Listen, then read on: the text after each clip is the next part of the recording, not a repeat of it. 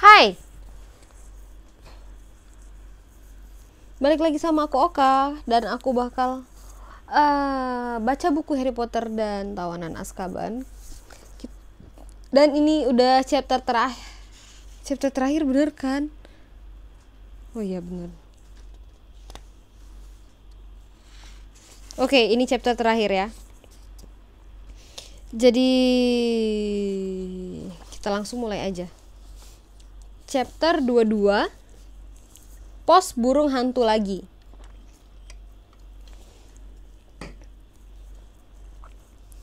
Harry! Hermione menarik-narik lengan jubah Harry seraya memandang arlojinya. Kita punya waktu persis 10 menit untuk turun kembali ke sel rumah sakit tanpa dilihat orang, sebelum Dumbledore mengunci pintu. Oke, kata Harry dengan berat hati mengalihkan pandangan dari angkasa. Ayo kita turun. Mereka menyelinap melalui pintu menara di belakang mereka dan menuruni tangga batu spiral. Setiba di bawah, mereka mendengar suara-suara.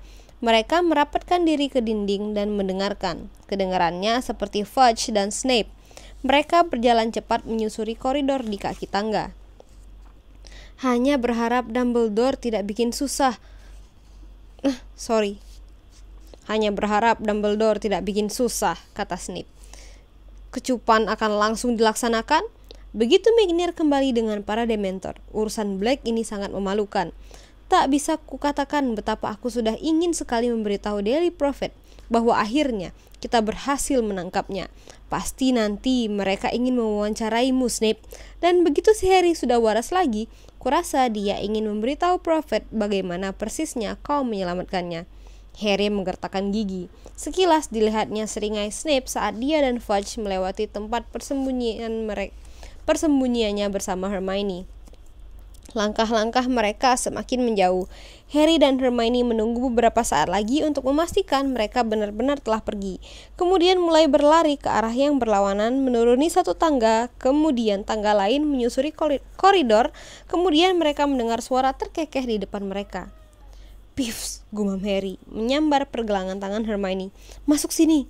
Mereka berlari ke dalam kelas kosong di sebelah kiri mereka tepat pada waktunya. Piffs kelihatannya melayang naik turun koridor dengan semangat tinggi, tertawa terbahak-bahak. Dia menyebalkan, bisik Hermione dengan telinga menempel di pintu. Taruhan, dia pasti gembira karena Dementor akan menghabisi Sirius. Hermione mengecek arlojinya. 3 menit, Harry. Mereka menunggu sampai suara riang Piffs sayup-sayup di kejauhan. Kemudian menyelinap keluar dan berlari lagi. Hermione, apa yang terjadi kalau kita tidak kembali ke kamar sebelum Dumbledore mengunci pintu? Harry tersengal. Aku tak mau memikirkannya, keluh Hermione mengecek arlojinya lagi. 1 menit. Mereka sudah tiba di ujung koridor yang merupakan jalan masuk ke sel rumah sakit. Oke, aku bisa mendengar Dumbledore, kata Hermione tegang. Ayo Harry.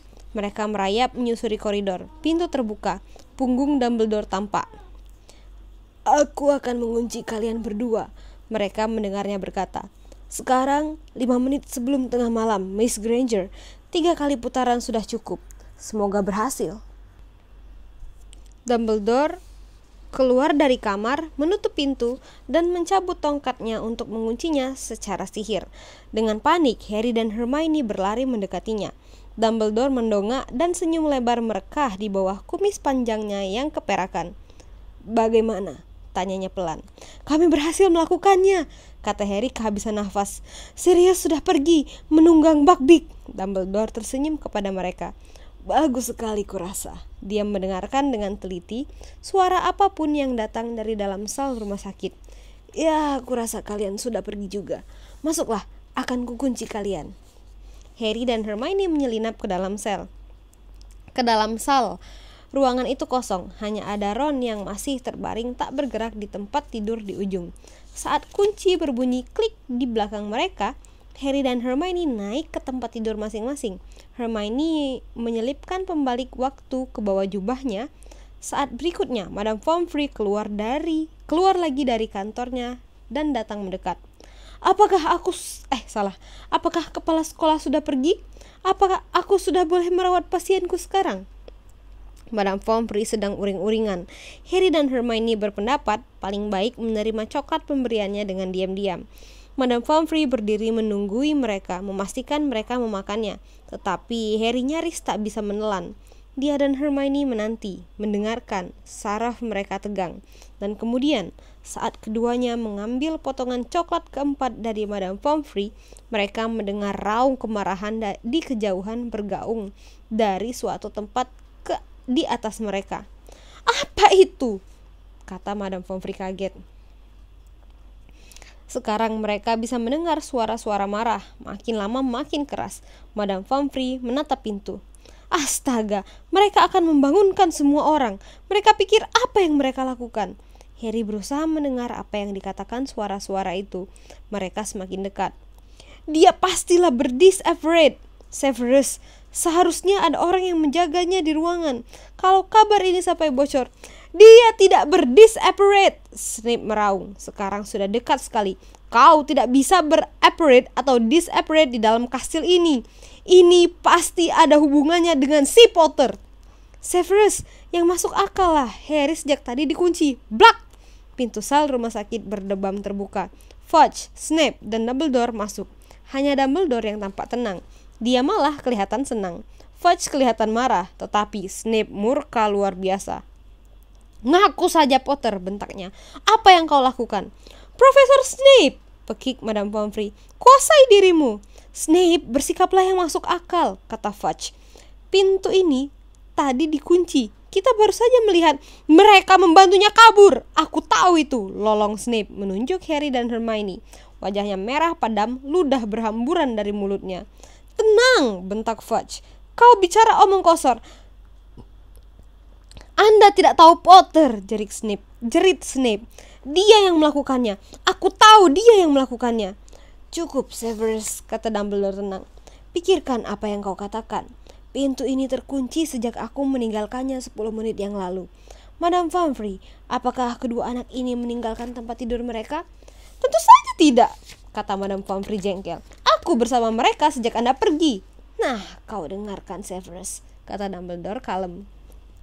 Kecuali kau bermaksud mengatakan Harry dan Hermione bisa berada di dua tempat pada saat yang bersamaan.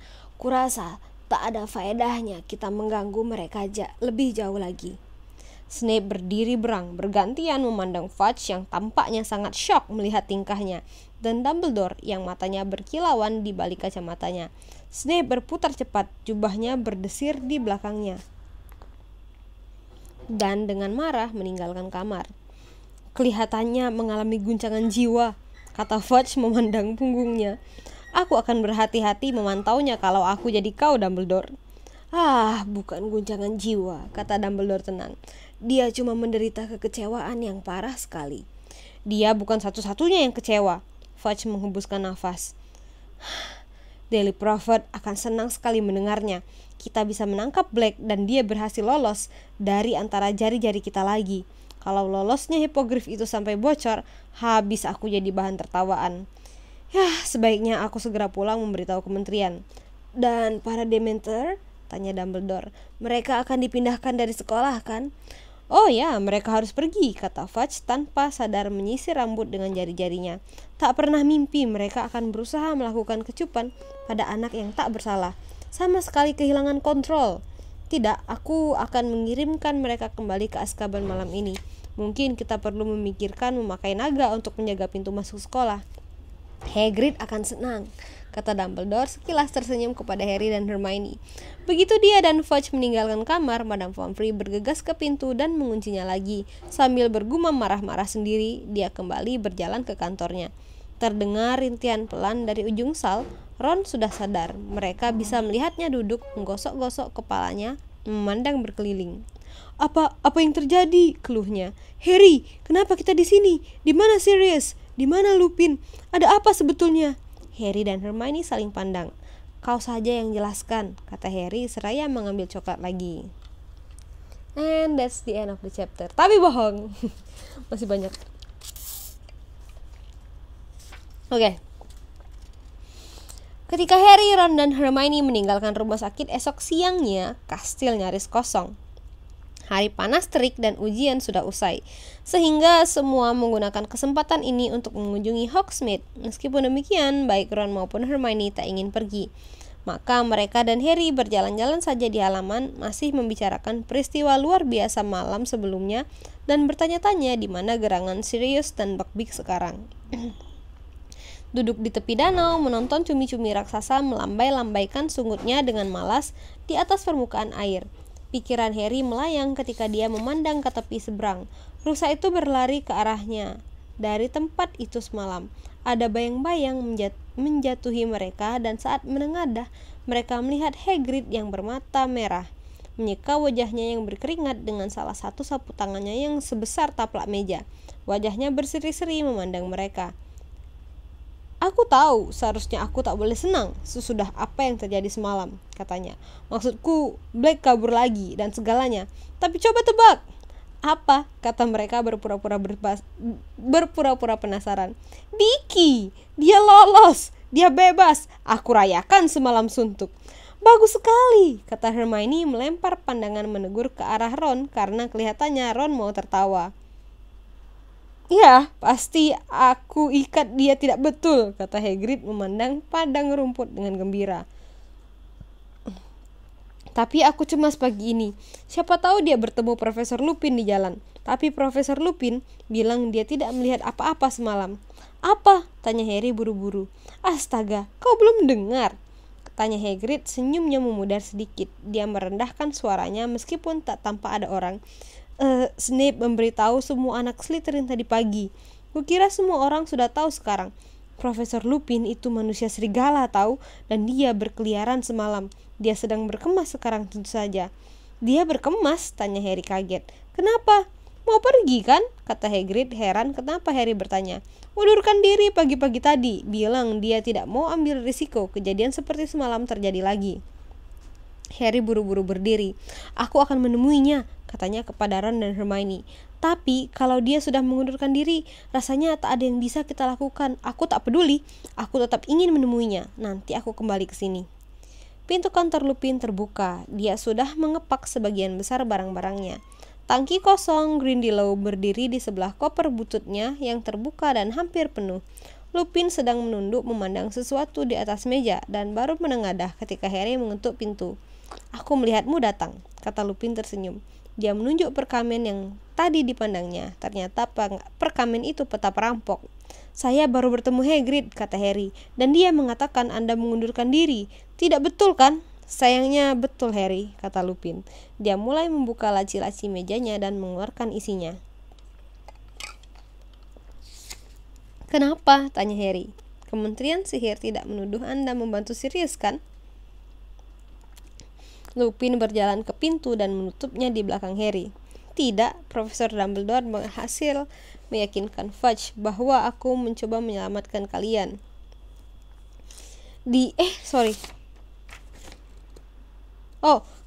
Profesor Dumbledore tidak berhasil meyakinkan Fudge bahwa aku mencoba menyelamatkan kalian.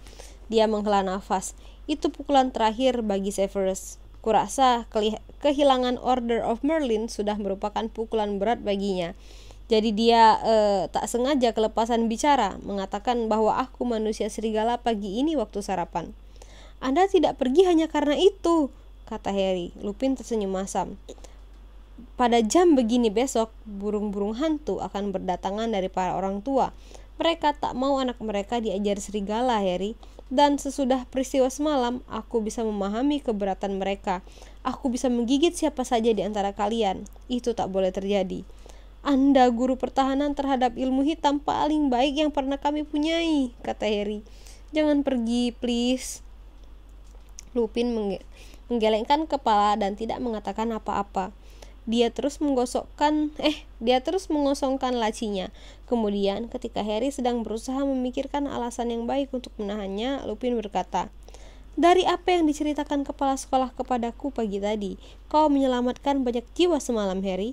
Kalau ada yang kubanggakan, itu adalah betapa banyak yang telah kau pelajari. Ceritakan padaku tentang Patronusmu. Bagaimana Anda tahu itu? Tanya Harry, perhatiannya teralih. Apalagi yang bisa mengusir Dementor? Harry menceritakan pada Lupin apa yang terjadi. Setelah selesai, Lupin tersenyum lagi. Ya, ayahmu selalu menjadi rusa jantan setiap kali dia bertransformasi, katanya. Kau menebak dengan benar. Itulah sebabnya kami menyebutnya Prongs. Lupin melemparkan beberapa bukunya yang terakhir ke dalam koper, menutup lacinya, dan berbalik menghadap Harry. "Ini, kubawa ini dari Shrieking Shack semalam," katanya seraya menyerahkan jubah gaib kepada Harry.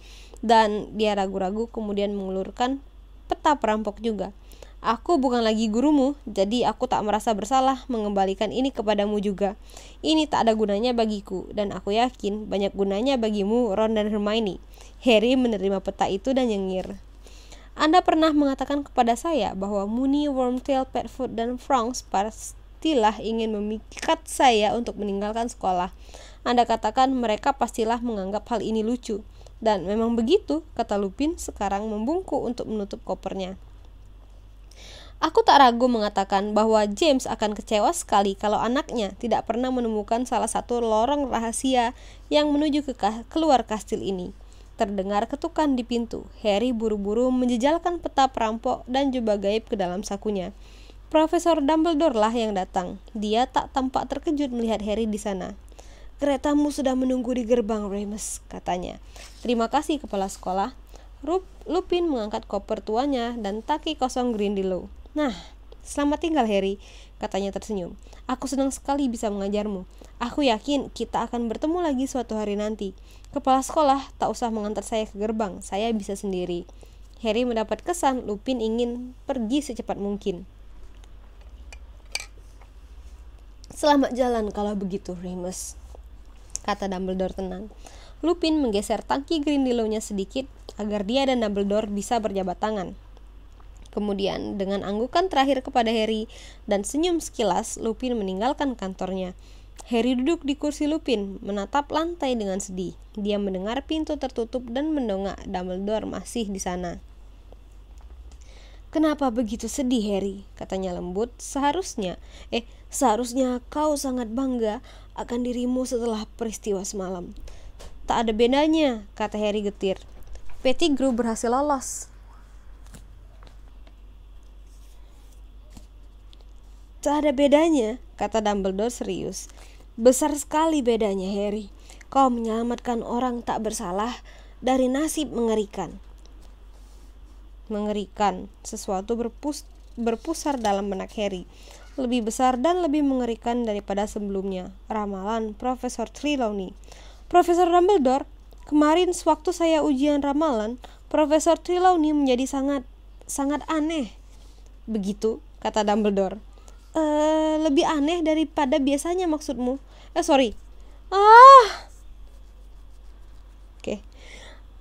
Lebih aneh daripada biasanya maksudmu?" "Ya," suaranya menjadi dalam dan bola matanya berputar, dan dia berkata, Abdi Voldemort akan berangkat untuk bergabung dengannya sebelum tengah malam. Katanya, abdinya akan membantunya kembali berkuasa. Harry memandang Dumbledore. Dan kemudian dia kembali normal lagi, dan dia tak ingat sama sekali apa yang sudah dia katakan. Apakah dia membuat ramalan yang sebenarnya? Dumbledore tampak sedikit terkesan. "Tahukah kau, Harry, kurasa begitu," katanya seraya berpikir-pikir. "Siapa sangka, berarti dia telah membuat 2 ramalan yang sebenarnya. Aku harus menawarkan kenaikan gaji padanya." Tetapi Harry memandangnya terperanjat. Bagaimana mungkin Dumbledore menerimanya setenang ini?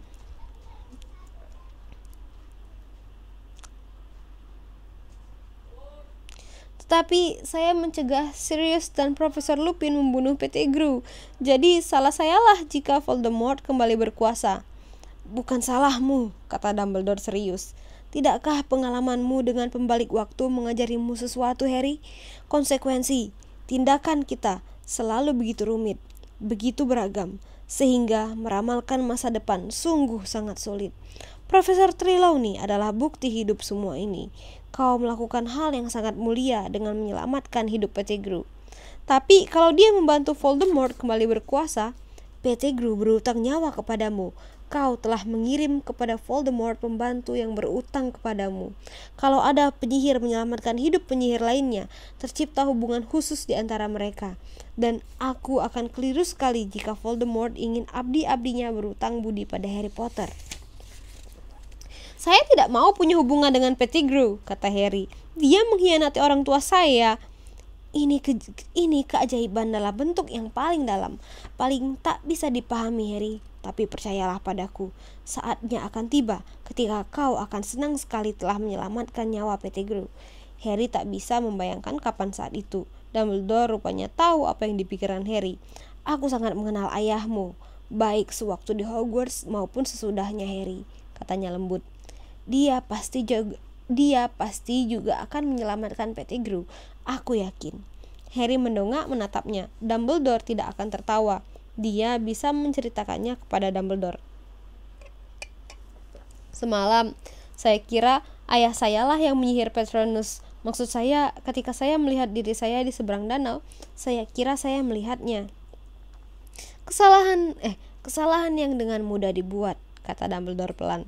Kurasa kau sudah bosan mendengarnya, tapi kau memang luar biasa mirip James, kecuali matamu. Kau memiliki mata ibumu. Harry menggelengkan kepala. Sungguh bodoh mengira itu dirinya, gumamnya. Maksud saya tahu dia sudah meninggal. Kau pikir orang-orang yang kita cintai, yang meninggal, benar-benar meninggalkan kita? Menurutmu, tidakkah kita malah mengingatnya dengan lebih jelas daripada kapanpun, waktu kita dalam kesulitan besar? Ayahmu hidup dalam dirimu, Harry, dan menunjukkan dirinya paling jelas waktu kau membutuhkannya. Kalau tidak, bagaimana kau bisa membuat Patronus yang khusus itu, Prongs, berlarian lagi semalam? Perlu beberapa saat bagi Harry untuk memahami apa yang dikatakan Dumbledore. Sirius menceritakan kepadaku bagaimana mereka menjadi animagi semalam, kata Dumbledore tersenyum. Pencapaian yang luar biasa. Lebih-lebih lagi, mereka berhasil menyembunyikannya dariku. Dan kemudian aku teringat bentuk Patronusmu yang sangat unik. Ketika dia menerjang Mr. Malfoy dalam pertandingan Quidditchmu melawan Ravenclaw. Jadi, kau memang melihat ayahmu semalam, Harry. Kau menemukannya di dalam dirimu. Dan Dumbledore meninggalkan kantor Lupin, meninggalkan Harry dengan pikirannya yang sangat bingung. Tak seorang pun di Hogwarts tahu apa yang sebenarnya terjadi pada malam Sirius, Buckbeak, dan Pettigrew menghilang kecuali Harry, Ron, Hermione, dan Profesor Dumbledore. Menjelang akhir semester, Harry mendengar berbagai teori berbeda tentang apa yang terjadi, tapi tak satu pun yang mendekati yang sebenarnya. Malfoy berang sekali Buckbeak kabur. Dia yakin Hagrid telah menemukan cara untuk menyelundupkan Buckbeak agar selamat, dan sangat marah bahwa dia dan ayahnya telah diperdaya oleh seorang pengawas binatang liar. Sementara itu, banyak yang ingin dikatakan Percy tentang lolosnya Sirius. Kalau aku berhasil masuk ke Kementerian Sihir, aku akan mengajukan banyak usul tentang pelaksanaan undang-undang sihir, katanya kepada satu-satunya orang yang mau mendengarkannya, pacarnya Penelope. Meskipun cuaca cerah, meskipun suasana gembira, meskipun dia tahu mereka telah berhasil melakukan sesuatu yang nyaris tak mungkin dengan membantu membebaskan Sirius, belum pernah Harry menyongsong akhir tahun ajaran selesu ini. Dia jelas bukan satu-satunya yang menyesali kepergian Profesor Lupin. Seluruh murid pertahanan terhadap ilmu hitam yang sekelas dengan Harry sedih Profesor Lupin mengundurkan diri. Kira-kira tahun depan kita dapat guru macam apa ya? Kata Seamus Finnegan muram. Mungkin vampir, kata Dean Thomas mengusulkan penuh harapan. Bukan hanya kepergian Profesor Lupin yang memberatkan pikiran Harry. Dia mau tak mau banyak memikirkan ramalan Profesor Trelawney. Dia terus-menerus bertanya dalam hati, di mana gerangan Pettigrew sekarang? Apakah dia sudah mencari perlindungan pada Voldemort? Tetapi yang paling menurunkan semangat Harry adalah bahwa dia harus kembali ke keluarga Dursley. Selama kira-kira setengah jam malam itu, setengah jam yang sangat menyenangkan, dia sudah yakin dia akan tinggal bersama Sirius mulai saat itu, sahabat karib orang tuanya. Itu akan merupakan hal terbaik jika dia tak dapat memperoleh kembali ayahnya. Sementara tak adanya kabar tentang Sirius jelas berarti kabar baik, karena itu berarti dia telah berhasil bersembunyi. Harry mau tak mau merasa merana kalau memikirkan rumah yang seharusnya dimilikinya dan kenyataan bahwa sekarang itu tak mungkin. Hasil ujian diumumkan pada hari terakhir semester. Harry, Ron, dan Hermione lulus semua mata pelajaran. Harry heran dia berhasil lulus ramuan. Dia punya kecurigaan besar Dumbledore telah turun tangan untuk mencegah Snape tidak meluluskannya dengan sengaja. Sikap Snape terhadap Harry selama seminggu terakhir ini sungguh mencemaskan. Harry tak mengira kebencian Snape terhadapnya bisa lebih besar lagi. Tetapi kenyataannya begitu. Sudut bibirnya yang tipis berkedut sangat tidak menyenangkan setiap kali dia memandang Harry. Dan dia tak henti-hentinya menekuk-nekuk buku-buku jarinya, seakan sudah gatal ingin menempelkannya ke sekeliling leher Harry. Percy berhasil mendapatkan angka top untuk Newt-nya. Fred dan George masing-masing berhasil mendapatkan beberapa angka OWL. Asrama Gryffindor sementara itu berkat penampilan spektakuler di ajang Piala Quidditch telah memenangkan Piala Asrama untuk ketiga kalinya selama 3 tahun berturut-turut. Itu berarti bahwa pesta akhir tahun ajaran diselenggarakan di tengah dekorasi berwarna merah dan emas. Dan bahwa meja Gryffindor adalah meja yang paling ramai karena semua anak bersukaria merayakannya. Bahkan Harry berhasil melupakan tentang perjalanan pulang ke rumah keluarga Dursley hari berikutnya sementara dia makan, minum, ngobrol, dan tertawa bersama teman-temannya. Ketika Hogwarts Express meninggalkan stasiun pagi berikutnya, Hermione memberi berita mengejutkan kepada Harry dan Ron. Aku menemui Profesor McGonagall pagi ini, sebelum sarapan. Aku sudah memutuskan untuk melepas telaah Muggle. Tetapi kau lulus dengan nilai 320%, kata Ron. Aku tahu, Hermione menghela nafas. Tapi aku tak tahan lagi menjalani tahun seperti ini. Pembalik waktu itu membuatku gila, sudah kukembalikan. Tanpa telaah Muggle dan ramalan, aku akan bisa punya daftar pelajaran normal lagi. Aku masih tak percaya kau tidak menceritakan kepada kami soal pembalik waktu itu, kata Ron menggerutu. Kami ini kan sahabatmu. Aku sudah berjanji tidak akan memberitahu siapapun, kata Hermione keras. Dia menoleh memandang Harry yang sedang mengawasi Hogwarts menghilang dari pandangan di balik gunung. 2 bulan penuh sebelum dia bisa melihatnya lagi. Bergembiralah Harry, kata Hermione sedih. Aku tak apa-apa, kata Harry cepat-cepat, cuma memikirkan liburan. Ya, aku juga memikirkannya, kata Ron. Harry, kau harus datang dan menginap di rumah kami. Aku akan bilang Mom dan Dad kemudian menghubungimu. Aku sudah bisa pakai Feliton sekarang. Telepon Ron, kata Hermione. Buset, kau seharusnya mengambil telaah Muggle tahun depan. Ada kata buset. Ron tidak mengajukannya. Musim panas ini ada piala dunia Quidditch. Bagaimana Harry? Datang dan menginaplah dan kita nonton bersama-sama. Dad biasanya bisa dapat karcis dari kantor. Ajakan ini sangat menyenangkan Harry. Ya, kurasa keluarga Dursley akan senang melepasku pergi. Terutama sesudah apa yang kulakukan terhadap Bibi March. Mereka jauh lebih senang. Harry ikut Ron dan Hermione bermain kartu. Dan ketika penyihir dengan troli jualan datang, dia membeli makan siang dalam porsi besar walaupun tanpa coklat. Tetapi baru menyerang sore hari, hal yang membuatnya benar-benar bahagia muncul. Harry, kata Hermione tiba-tiba memandang melewati bahu Harry. Apa itu di luar jendelamu? Harry menoleh untuk melihat keluar. Sesuatu yang sangat kecil berwarna abu-abu naik turun hilang timbul di balik jendela kaca. Harry berdiri agar bisa melihat lebih jelas. Ternyata itu burung hantu kecil mungil membawa surat yang terlalu besar untuknya. Burung hantu ini kecil sekali sehingga dia berkali-kali terjatuh di udara, terombang-ambing ke sana kemari dalam desingan udara kereta api. Harry cepat-cepat menurunkan jendela, menjulurkan tangannya dan menangkapnya. Rasanya seperti snitch yang berbulu sangat tebal. Dengan hati-hati dibawanya burung itu ke dalam. Burung hantu itu menjatuhkan suratnya di tempat duduk Harry dan mulai terbang berputar-putar dalam kompartemen mereka. Rupanya sangat puas dan senang telah berhasil menjalankan tugasnya. Hedwig mengatupkan paruhnya dengan anggun seakan mencela. Crookshanks duduk tegak di tempatnya, mengikuti si burung hantu dengan matanya yang kuning besar. Ron memperhatikan pandangan Crookshanks menangkap si burung hantu untuk menyelamatkannya. Harry memungut suratnya. Surat itu dialamatkan kepadanya. Dirobeknya amplopnya dan dia berteriak, "Dari Sirius!" "Apa?" kata Ron dan Hermione bersemangat. "Baca keras-keras." Dear Harry, Kuharap surat ini kau terima sebelum kau tiba di rumah paman dan bibimu. Aku tak tahu apakah mereka terbiasa dengan pos burung hantu. Buckbeak dan aku dalam persembunyian. Aku tak akan memberitahumu di mana. Siapa tahu surat ini jatuh ke tangan orang yang salah. Aku agak meragukan kemampuan si burung hantu, tetapi dia yang terbaik yang bisa kutemukan. Dan dia kelihatannya bersemangat sekali mendapat tugas ini. Kurasa para Dementor masih mencariku, tapi jangan harap mereka bisa menemukanku di sini.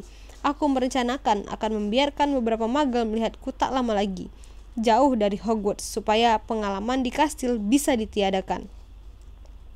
Ada yang tak sempat kusampaikan kepadamu dalam pertemuan singkat kita. Akulah yang mengirim Firebolt kepadamu. Ha!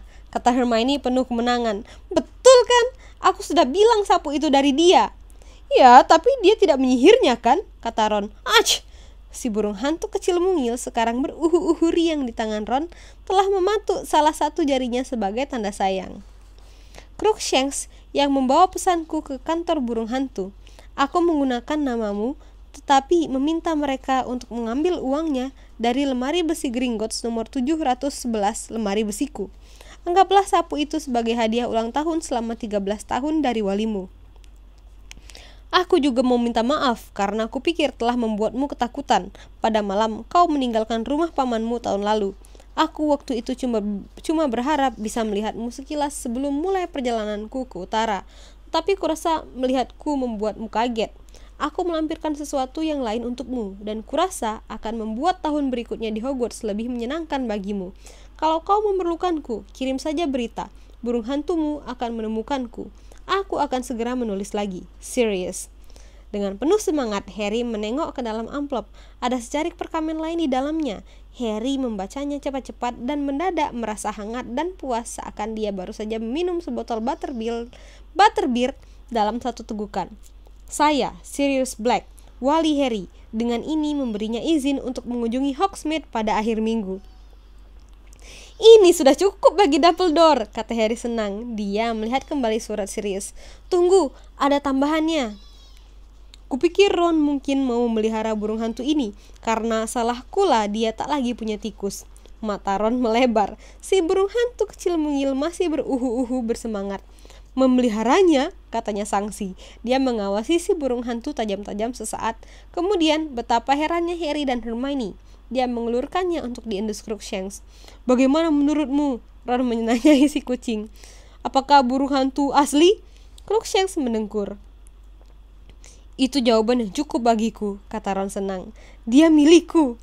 Harry membaca surat Sirius berulang kali sepanjang sisa perjalanan ke stasiun King's Cross. Surat itu masih dipegangnya erat-erat ketika dia, Ron dan Hermione melangkah melewati palang rintang di peron 93/4. Harry langsung melihat Paman Vernon. Dia berdiri di tempat yang cukup jauh dari Mr. dan Mrs. Weasley, memandang mereka dengan curiga. Dan ketika Mrs. Weasley memeluk Harry sebagai sambutan selamat datang, kecurigaan terburuknya terhadap mereka terbukti. Aku akan menelponmu tentang Piala Dunia, Ron berteriak di belakang Harry setelah Harry mengucapkan selamat tinggal kepadanya. Dan Hermione kemudian mendorong troli yang membawa kopernya dan sangkar Hedwig ke arah Paman Vernon yang membantunya dengan gayanya yang biasa. Apa itu? Gertaknya memandang amplop yang masih dipegangi Harry. Kalau itu formulir lain untuk ditandatangani, jangan harap.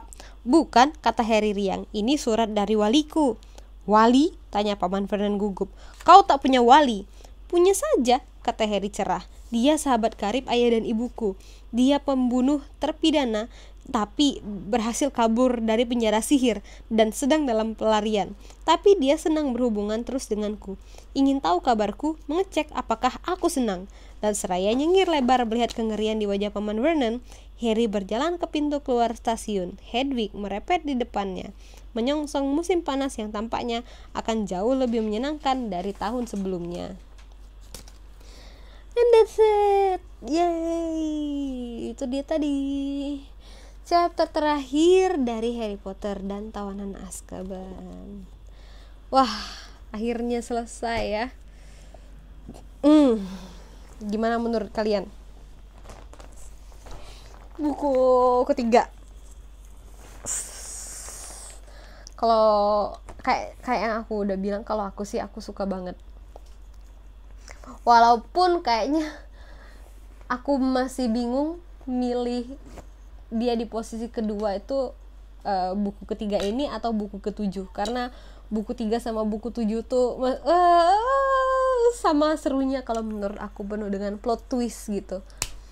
Kalau buku favorit tetap buku nomor 6. Nah, oke, jadi ini video terakhir dari buku ketiga. Ya kayak biasa aku bakal aku bakal lanjut untuk baca buku keempat, tapi belum tahu kapan. Dan for your information aja, buku keempat itu tebel banget. Nah, jadi mungkin bakal butuh waktu yang jauh lebih lama lagi buat recording, tapi nggak apa-apa. Sampai sini dulu kalau gitu, sampai ketemu lagi di buku keempat. Bye bye, makasih semuanya.